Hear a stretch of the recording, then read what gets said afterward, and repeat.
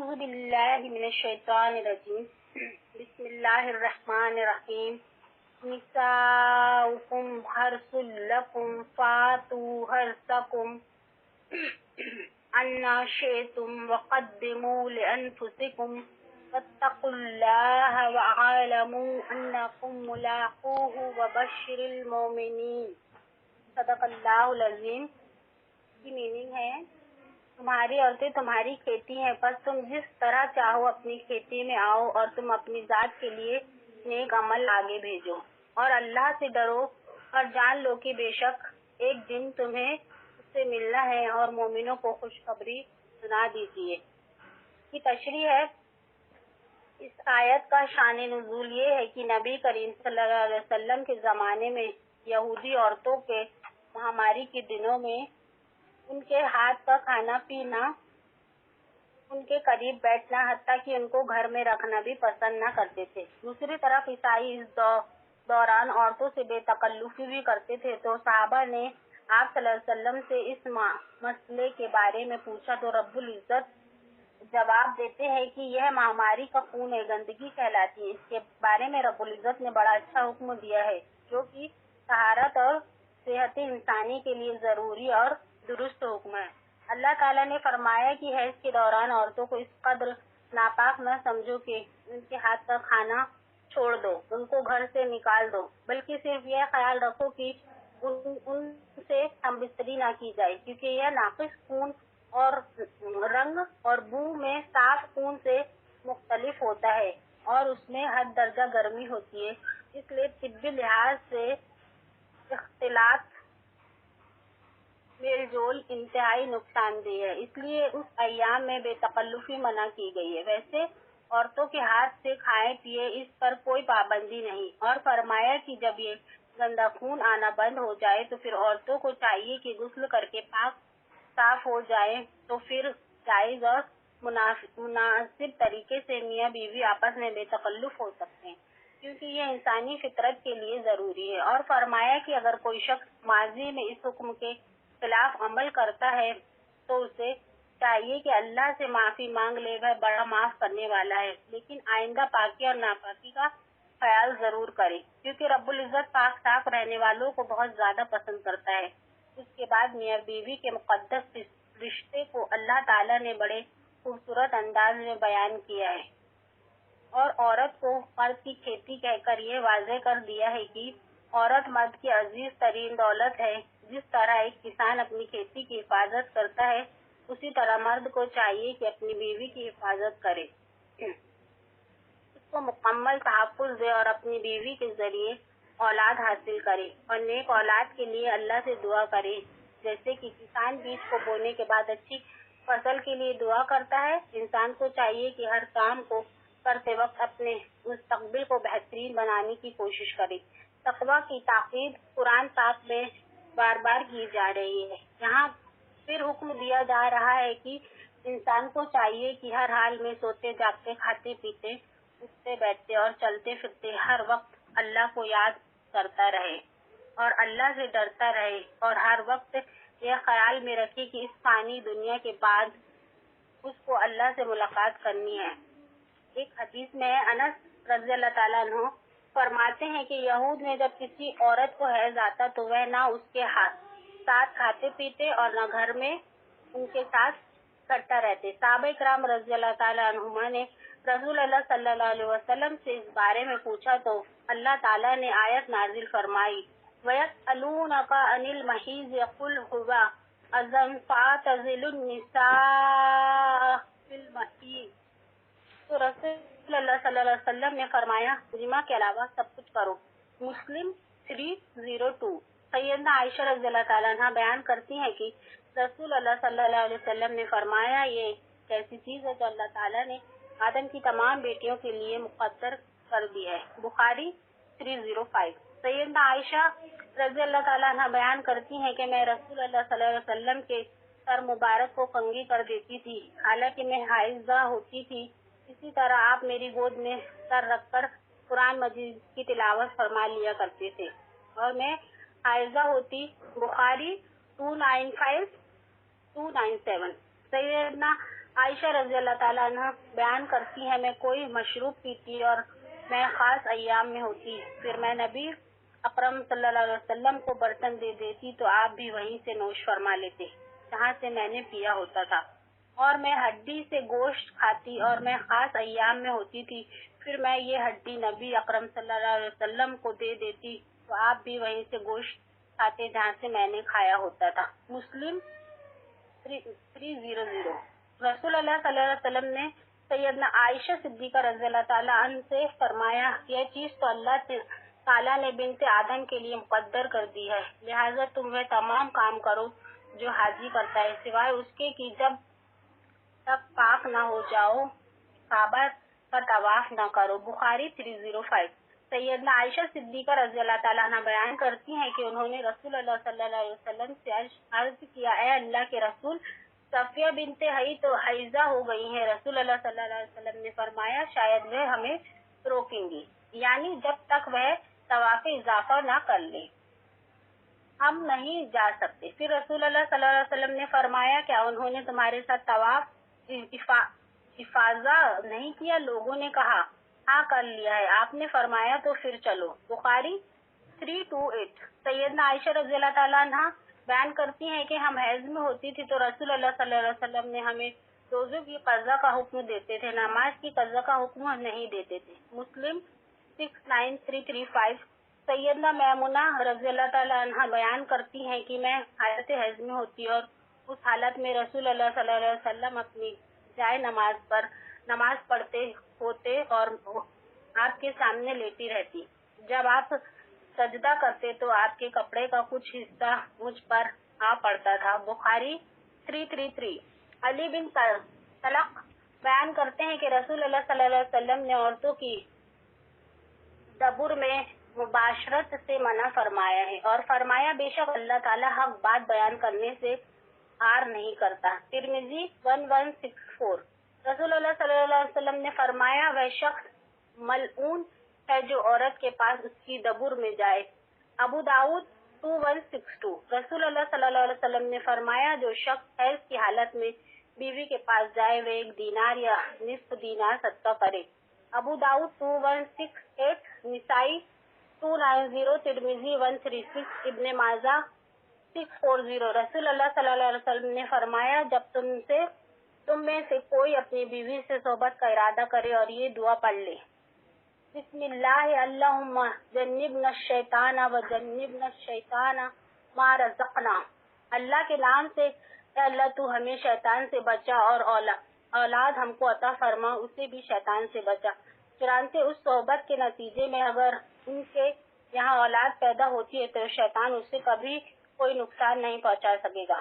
بخاری 7396۔ رسول اللہ صلی اللہ علیہ وسلم نے فرمایا، جب تم میں سے کوئی اپنی بیوی سے جمع کرے پھر اسی وقت دوبارہ جمع کرے تو دونوں کے درمیان وضو کرے۔ مسلم 308۔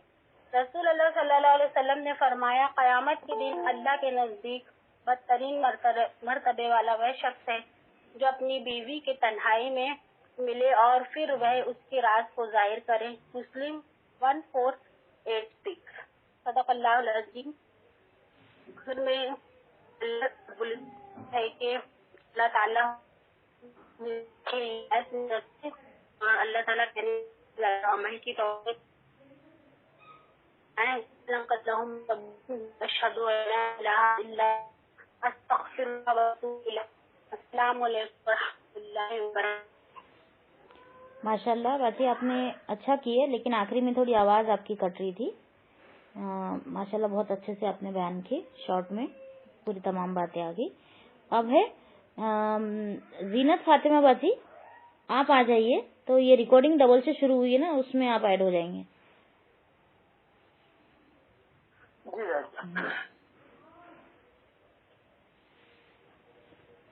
اعوذ باللہ من الشیطان الرجیم، بسم اللہ الرحمن الرحیم، الحمد للہ رب العالمین، الصلاۃ والسلام سیدنا المرسلین وعلی آلہ اصحابہ اجمعین، اما بعد۔ تمام قسم کی تعریف، حمد و ثنا، کبریائی، بڑائی، بزرگی اللہ رب العزت کے لیے کے لائق و زیبا ہے، اور درود و سلام ہو انبیاء اکرام پر، خصوصاً نبی صلی اللہ علیہ وسلم، رحمت للعالمین امام الانبیاء محمد صلی اللہ علیہ وسلم پر۔ رب اشرح لی صدری ویسر لی امری واحلل عقدۃ من لسانی یفقہوا قولی۔ اللہم فقہنا فی الدین، اللہم فقہنا فی الدین۔ رب یسر ولا تعسر وتمم بالخیر وبک نستعین۔ اللہ رب محمد نبی والاسلام دینی، لا الہ الا اللہ محمد رسول۔ میری آیت ہے سورہ بقرہ کی 2 آیتیں ہیں، آیت نمبر 227 اور آیت نمبر 230۔ میں تلاوت کروں گی۔ اعوذ باللہ من الشیطان الرجیم، بسم اللہ الرحمن الرحیم۔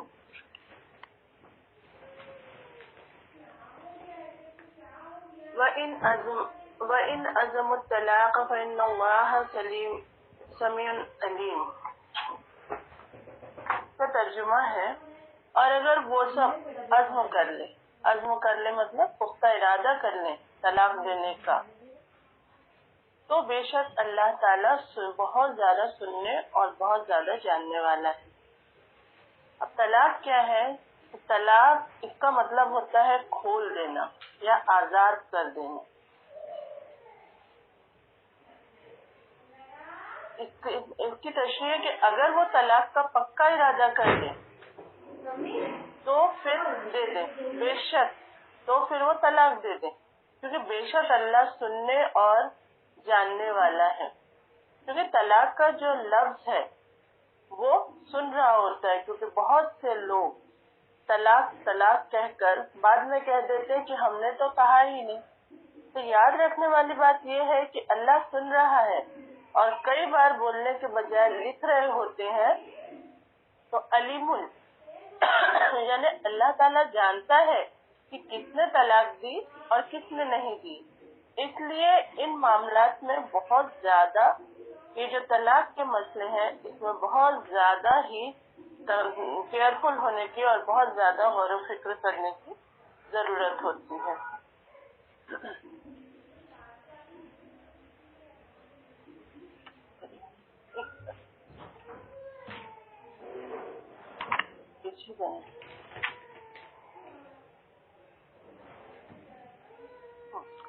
اب ہے آیت نمبر 230۔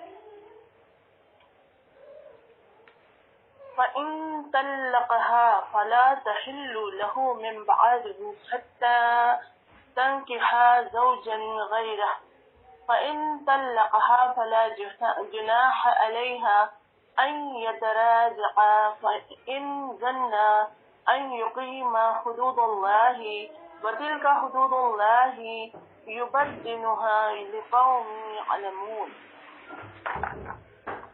پھر اگر وہ تیسری بار طلاق دے دے تو بیوی حلال نہیں ہے اس کے لیے، اس کے بعد یہاں تک کہ وہ نکاح کرے، یعنی وہ بیوی نکاح کرے اور کسی خاوند سے اس کے سوائے، مطلب پہلے شوہر کے سوائے، پھر اگر وہ دوسرا شوہر جو ہے وہ اسے طلاق دے دے، اس عورت کو اگر دوسرا شوہر طلاق دے دے تو پھر اس عورت کو کوئی حرج یا کوئی گناہ نہیں ہے کہ وہ ان دونوں پر، یعنی اس عورت پر اور اس کے پہلے شوہر پر، کہ وہ دونوں رجوع کر لے، اور اگر وہ دونوں یہ خیال کریں کہ وہ دونوں قائم رکھ سکیں گے اللہ کی حدیں۔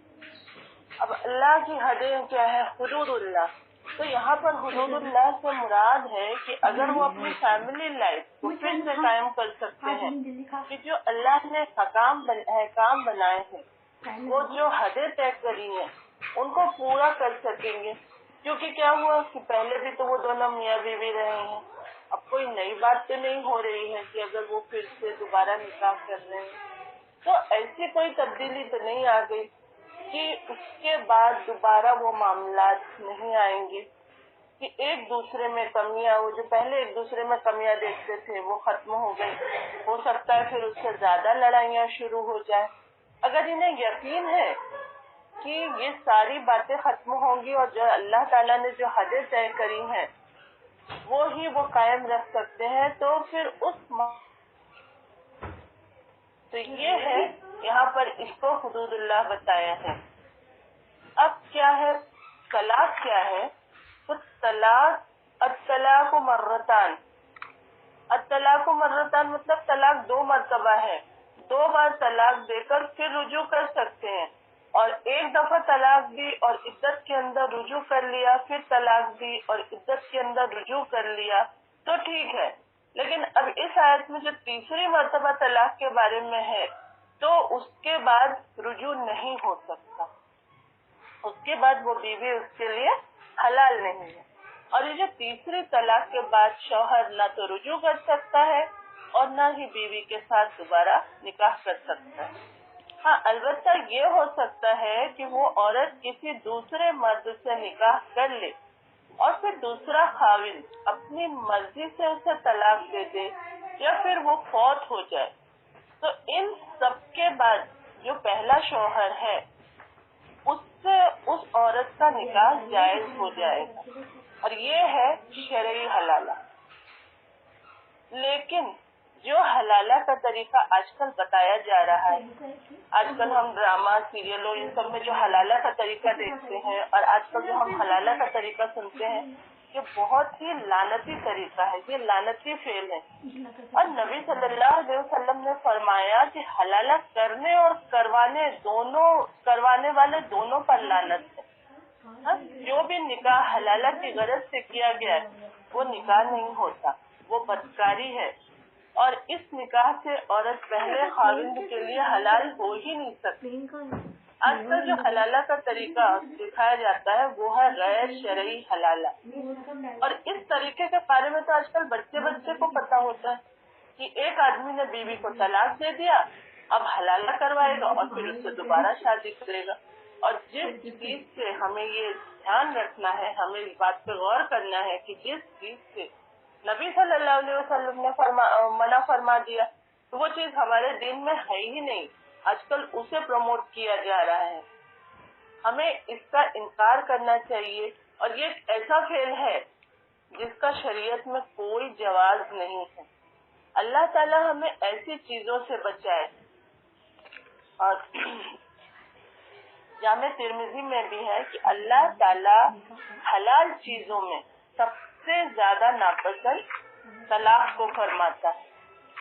اور مسلم شریف میں حدیث ہے کہ شیطان کا تخت پانیوں پہ لگا ہے اور شام کے وقت شیطان کیا کرتا ہے، اپنے سارے چیلوں کو جمع کرتا ہے اور وہ اپنی پوری کارگزاری سناتے ہیں. کوئی کچھ بتاتا ہے، کوئی کچھ بتاتا ہے، سب بڑے بڑے گناہ گنواتے ہیں تو بھی شیطان ان سے خوش نہیں ہوتا. اور ایک چیلا کہتا ہے کہ آج میں نے میاں بیوی میں جدائی کروا دی تو شیطان اس کو بڑی خوشی کے ساتھ گلے لگاتا ہے اور اس سے بہت خوش ہوتا ہے، کیونکہ میاں بیوی میں جو جدائی ہوئی تو معاشرے کے لیے بہت بڑا امتحان ہے.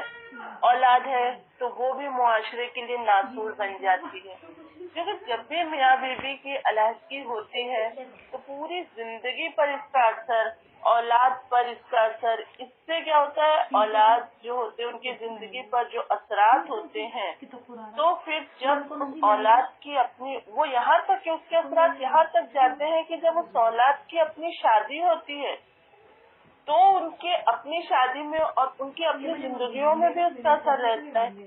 اس لیے اس کا معاملہ، اس کا اثر کئی نسلوں تک جاتا ہے. اس لیے اسلام اس بات پر زور دیتا ہے کہ طلاق والی نوبت ہی نہ آئے. اللہ تعالیٰ سے یہی دعا ہے کہ وہ ہمیں سمجھنے اور سمجھانے کی توفیق دے اور عمل کرنے کی توفیق دے. اور قرآن کی جو تعلیمات ہے انہیں جب تک ہم نہیں سمجھیں گے، جب تک غور و فکر نہیں کریں گے، طلاق کے جو مسائل ہیں یہ کوئی آسان مسائل نہیں ہیں. ہمیں ان کے الفاظ پر ہی غور و فکر نہیں کرنا ہے بلکہ اس کے مفہوم کو بھی سمجھنا ہے. اسے بار بار پڑھنا ہے، اس کو ریپیٹ کرنا ہے، اس کی تفسیر سمجھنا ہے. اور اللہ ہمیں قرآن پڑھنے پڑھانے کی توفیق عطا فرمائے. قرآن کو ہمارے دلوں کے بہار اور سکون بنائے اور دلوں کا نور بنائے. ہمارے غموں اور دکھ تکلیفوں کو دور کرنے کا ذریعہ بنائے اور ہمیں توفیق عطا فرمائے. کہ ہم قرآن کو تدبر اور تفکر و غور و فکر کے ساتھ پڑھیں، کیونکہ قرآن ہی ہمیں حکم دیتا ہے کہ کیا تم قرآن میں غور و فکر نہیں کرتے؟ کیا تمہارے دلوں پر تالے پڑ گئے ہیں؟ اور یہ ہمارے لیے ایک بہت بڑی تنبیہ ہے۔ وآخر دعوانا ان الحمدللہ رب العالمین۔ ماشاء اللہ، الحمدللہ باجی نے آپ نے بھی ماشاءاللہ بہت اچھے سے کیے۔ طلاق کا مسئلہ تھوڑا بہت اختلاف والا ہے، اس لیے میں آپ کو بعد میں انشاءاللہ اس کو بہت ڈیٹیل میں سمجھاؤں گی، لیکن ابھی آپ نے ماشاءاللہ بہت اچھے سے کیا۔